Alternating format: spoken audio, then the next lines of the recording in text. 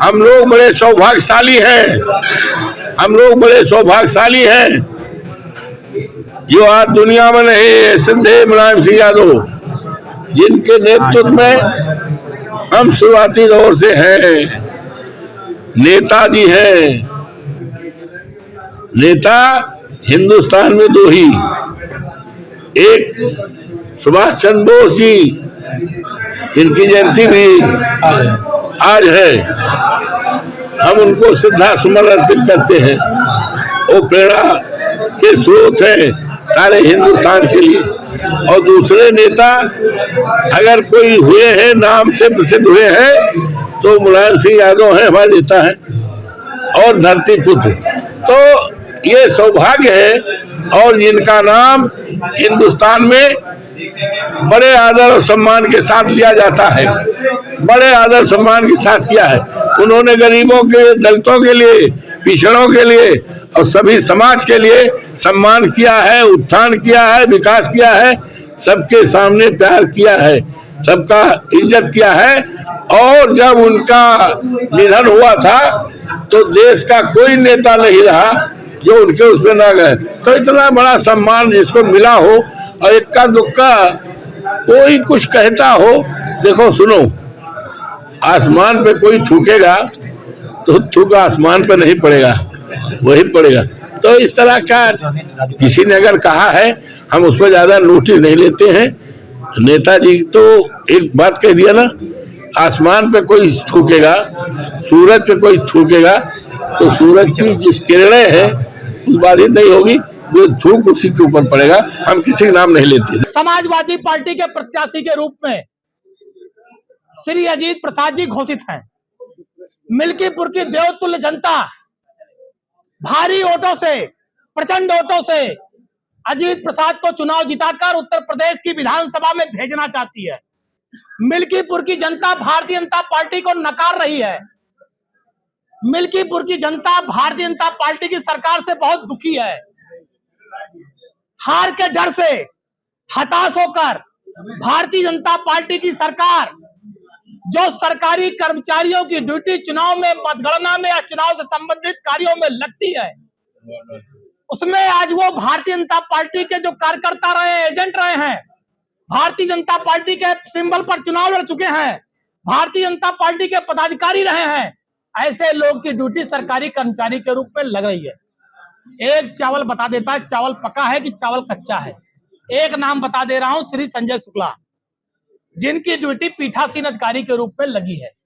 ये भारतीय जनता पार्टी के सभासद अयोध्या से कई बार रहे हैं, नगर के अध्यक्ष रहे हैं, भारतीय जनता पार्टी के घोषित पदाधिकारी हैं। अगर आप मीडिया के बंधु जाकर सूची ध्यान से देखेंगे तो उसमें सैकड़ों नाम ऐसे मिलेंगे जो भारतीय जनता पार्टी के वर्तमान में क्रियाकलापों से जुड़े हुए हैं।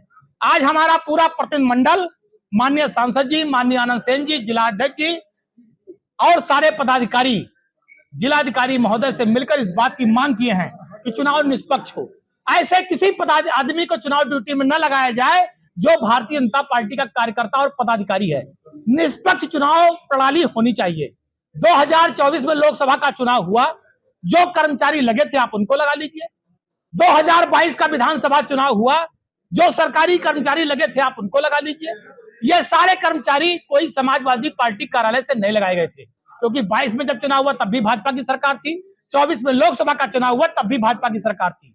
उस समय जो अधिकारी कर्मचारी लगे थे आप उन्हीं को लगा लीजिए। निष्पक्ष चुनाव कराइए। समाजवादी पार्टी निष्पक्ष चुनाव चाहती है। समाजवादी पार्टी आचार संहिता का अक्षरशः पालन कर रही है और अक्षरशः पालन निर्वाचन आयोग से भी चाहती है। हम चाहते हैं भारतीय जनता पार्टी के कार्यकर्ता, पदाधिकारी सत्ता के दबाव में पीठासीन अधिकारी या चुनाव संबंधित किसी क्रियाकलाप में न लगाए जाएं।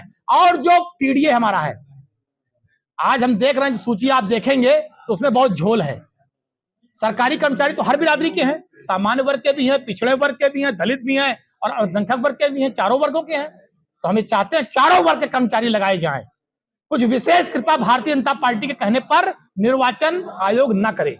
सारे वर्ग के कर्मचारी, अगले भी लगे, पिछड़े भी लगे, दलित भी लगे, अल्पसंख्यक भी लगे, चारों समाज के कर्मचारी लगाए जाएं। सबको हक दिया जाए, न्याय दिया जाए और सारे वर्ग के अधिकारी ईमानदारी से वोट पड़ने दें। किसी मतदाता को प्रभावित न किया जाए। ऐसे अधिकारी न लगाए जाएं जिनके दिल और दिमाग में भाजपा हो, जो हमारे मतदाता को प्रभावित करें, जो निष्पक्ष चुनाव ना होने दे। यही समाजवादी पार्टी मांग करती है कि निष्पक्ष चुनाव करने के लिए निष्पक्ष कर्मचारियों को लगाया जाए। संजय कुमार शुक्ला, श्री हनुमत संस्कृत महाविद्यालय अयोध्या, कार्यालय कोड 456, मोबाइल नंबर 9919748860। इनका प्रशिक्षण का दिनांक है 21/1/2025